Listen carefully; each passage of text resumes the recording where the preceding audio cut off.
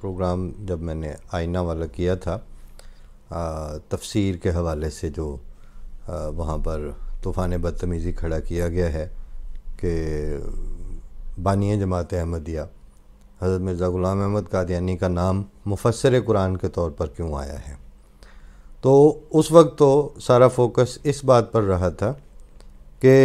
ان کی بدنیتیاں اور ان کی جو ڈسکریمنیشن اور ون سائیڈڈ پروپیگنڈا، اس کا کیا لیول ہے، اور اس بے ایمانی کو کرتے ہوئے یہ مفروضہ ان کے ذہن میں ہوتا ہے، یا ایٹ لیسٹ اس غلط فہمی پر یہ بنیاد رکھتے ہیں کہ ہم جو بک بک کرتے جائیں گے لوگ اس پر آمنا و صدقنا کہتے جائیں گے۔ ایسا ہو نہیں سکتا، کیونکہ آگے بھی لوگ ہی بیٹھے ہوئے ہیں جو ان کو سننے والے ہیں، جو ان کو سمجھنے والے ہیں، جو ان کی کرتوت کو دیکھنے والے ہیں، جو ان کے کارہائے نمایاں ان پہ نظر رکھنے والے ہیں۔ وہ سارے بھی کہیں نہ کہیں سے ہو کے ہی آئے ہیں۔ وہ ہے تو وہ کہانی پنجابی میں سنانے والی، لیکن امر واقعہ یہ ہے کہ وہ جب چیز ایک ریلیونٹ ہو تو وہ کسی بھی زبان میں اس کو آپ پریزنٹ کر سکتے ہیں۔ کہتے ہیں کہ کسی کوئی شکار پہ گیا بندہ، تو شکاری تھا، اس نے اپنے پوتوں کو یہ بات سنائی کہ اس طرح میں فلاں وقت گیا تھا تو میں نے ٹوپی کہیں بھولا اپنی، تو بندر اٹھا کے وہ ٹوپی لے گیا۔ تو کہتے اب میں اس کو بڑے اشارے کیے، بندر ٹوپی نہیں واپس کر رہا تھا۔ تو آخر مجھے خیال آیا، میں نے اپنے جیب سے رومال نکالا، اس کے چاروں کونوں کو گھیرا لگا کے، جیسے ایمرجنسی میں نماز پڑھتے وقت کئی لوگ کر لیتے ہیں، تو کہتے ہیں میں نے اپنے رومال کی ایک ٹوپی بنائی اور اس ٹوپی کو پہلے سر پہ پہنا، بندر نے بھی وہ ٹوپی پہن لی جو درخت پہ بیٹھا تھا میرے والی۔ اس کے بعد میں نے وہ ٹوپی اتار کے اپنے سر سے تو یوں اوپر آسمان کی طرف اچھال دی، وہ رومال کی ٹوپی۔ تو بندر نے بھی میری نقل کی، اور وہ جب اس نے ٹوپی اچھالی تو ظاہر ہے وہ نیچے آن گری اور مجھے مل گئی۔ تو اس کے بعد وہ اس کے بابے کے جو پوتے یہ کہانی سن رہے تھے، تو پوتوں نے بھی ایک دفعہ شکار پہ گئے تو ایسے ہی ان کی ٹوپی بھی بندر اٹھا کے لے گیا۔ تو انہوں نے کہا نو پرابلم، یہ تو کوئی ایشو ہی نہیں ہے۔ تو انہوں نے فوراً رومال کو 4 گیریں لگائیں اور سر پہ رکھی ٹوپی، بندر نے بھی ٹوپی رکھ لی۔ اس کے بعد جب وہ اتار کے دوبارہ اس نے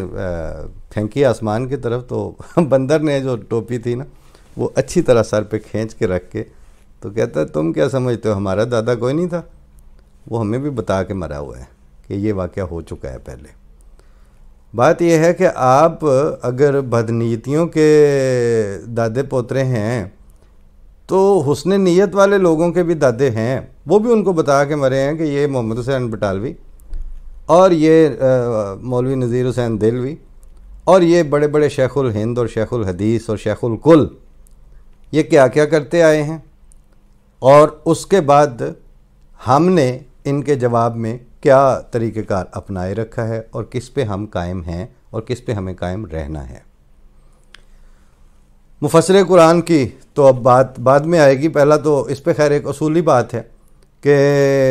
آپ کی تفسیروں نے جو حال کیا ہے اسلام کا، ان میں سے بے شمار واقعات وہ ہیں، سٹارٹنگ فرام علامہ سیوطی، کہ آج جتنے آج صلی اللہ علیہ وسلم پر حملے کیے ہیں، سلمان رشدی ہو یا کوئی اور اس طرح کا بدبخت پیدا ہو بعد میں، اس نے سارے ریفرنسز آپ کی تفسیروں میں سے اٹھائے ہیں۔ اور دور تو خیر کیا جائیں، یہی تحریک نفاذ شریعت محمدیہ جس وقت سر چڑھ کے ناچ رہی تھی آپ ساروں کے، تو ان دنوں فاروق اقدس ہوتے تھے میگزین کے انچارج اس کے جنگ راولپنڈی کے۔ تو ایک فتویٰ چھپا تھا کہ اگر این جی او کی کوئی عورت آپ کو شمالی علاقہ جات یا اس طرح NWFP اس وقت کہلاتا تھا اس ایریے میں نظر آئے، تو مولوی کا فتویٰ تھا اس وقت، اس کا جو صوفی محمد یا واٹ ایور جو بھی اس وقت نام مشہور تھا، کہ میرا یہ فتویٰ ہے کہ اس کو پکڑ لیں وہاں سے اور پکڑ کے گھر لے جائیں اور اس سے نکاح کر لیں۔ تو یہ فتویٰ بڑا چھپا۔ سوزانہ پرائس ان دنوں BBC کی وہاں اسلام آباد میں پاکستان کی ریپریزنٹیٹیو تھی F7 میں، اس کا دفتر بھی تھا، رہائش بھی تھی۔ ہم کبھی کبھار ملاقات ہو جاتی تھی تو میں نے اس کو ایک پورا رائٹ اپ، بلکہ سوزانہ پرائز سے تو میں بعد میں ملا، پہلے میں نے ایک اس کا رائٹ اپ لکھا تفصیلی کہ یہ فتویٰ آیا ہے، اس فتوے کی روح سے مولانا نے کہہ دیا ہے کہ جناب جیڑی لبے ان پھڑ کے طریق کے لے جو کر تو وہ نال کر لو بیاہ۔ تو آپ لوگوں کی تو عمر نہیں ہے، اسلام کی تو عمر اب ہے نا قیامت تک کے لیے۔ تو جب آپ کی موجودہ رجیمز جن کو یہ مولوی اور یہ تحریک نفاذ شریعت محمدیہ اور اس طرح کی گدڑ ٹپوشیاں جو ہیں وہ سوٹ کرتی ہیں، یہ رجیمز جب گزر جائیں گی، جو کہ اب گزر چکی ہیں، وہ ضیاء بھی گیا، وہ اپنا ضیاء کی باقیات بھی دریا برد ہو گئیں، وہ بھٹو اور اس کے مقابل کے 9 ستارے، ہر چیز مطلب اب تہ خاک ہی گئے نا سارے کے سارے۔ اس کے بعد اس وقت میں نے فاروق اقدس کو جا کے یہ کہا کہ اب پتہ نہیں اللہ کرے زندہ ہوں، بوڑھے ہو گئے ہوں گے، لیکن بہرحال اس وقت وہ جنگ راولپنڈی کے میگزین کے انچارج تھے۔ تو میں نے کہا گزارش یہ ہے کہ یہ فتویٰ، اس میں جو نکاح کی وہ جو فارمیٹ بیان کیا ہے اس مولوی نے، جو کہ اب پورے پاکستان میں چھپا ہوا ہے، اور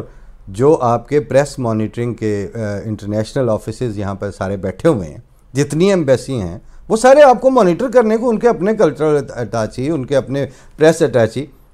وہ آپ ہی کو دیکھنے کے لیے یہاں بیٹھے ہیں، اور ایمبیسیوں نے یہاں بیٹھ کے کیا کرنا ہے اسلام آباد میں۔ تو وہ جو رپورٹ اس سے مرتب کریں گے، اس کے بعد وہ جائے گی، پھر اس کے اوپر پوری دنیا میں جو اسلام کی جو بھادڑ آئی جائے گی، آپ کے اسلام کی، پاکستان والا جو ورژن ہے، پھر یہ چیزیں ڈاکومنٹ ہوں گی۔ اور ٹھیک آج سے 50 سال کے بعد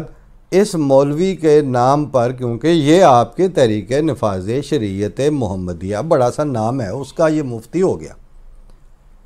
تو یہ پیش جب کی جائے گی لوگوں کے سامنے، تو اس وقت پھر جو ہسٹورینز اور پھر مورخ اور پھر محقق وہ بیٹھیں گے اور اس وے آف میٹریمونی کو one of the Islamic way of matrimony قرار دیں گے۔ دلیل ان کے پاس کیا ہوگی؟ دیکھو جی مفتی، دیکھو جی پاکستان تب میں سارے میڈیا سے یہ دیکھیں، یہ کاپیاں، یہ اس کا چھپا ہوا ہے۔ چنانچہ میں نے اس کا ایک پورا رائٹ اپ لکھا کہ اس فتوے کی یہ بالکل نل اینڈ وائڈ ہے، اس کی کوئی حیثیت نہیں ہے۔ اسلام کے جو میٹریمونیل پروسیس ہے اس میں نکاح جو کہ 2 افراد کے درمیان ایک معاہدہ ہے، اور اس معاہدے میں consent of both of party is جو ہے وہ ناگزیر ہے۔ If there is no consent from either of them there is no nikah. یہ جو بل جبر، اس کے الفاظ تھے بل جبر پکڑ کر ان کو گھر لے جائیں اور ان سے نکاح کر لیں۔ تو میں نے کہا یہ جو بل جبر والی ہے یہ تو زنا ہے، یہ نکاح کہاں سے ہو گیا؟ یہ تو آپ ریپ کو لیگلائز کر رہے ہیں۔ بالکل جناب علی، آپ کے ساتھ جب کھلواڑ ہوتا ہے، آپ کے عامت الناس کو یہ توفیق نہیں ہے، آپ کا عام آدمی اس طرف نظر نہیں رکھتا۔ دین اور دین کے ساتھ ہونے کیا لگا ہے یا ہوتا کیا آیا ہے، یہ آپ کے عامت الناس کا مسئلہ نہیں ہے، ہمارے عامت الناس کا یہ مسئلہ ہے۔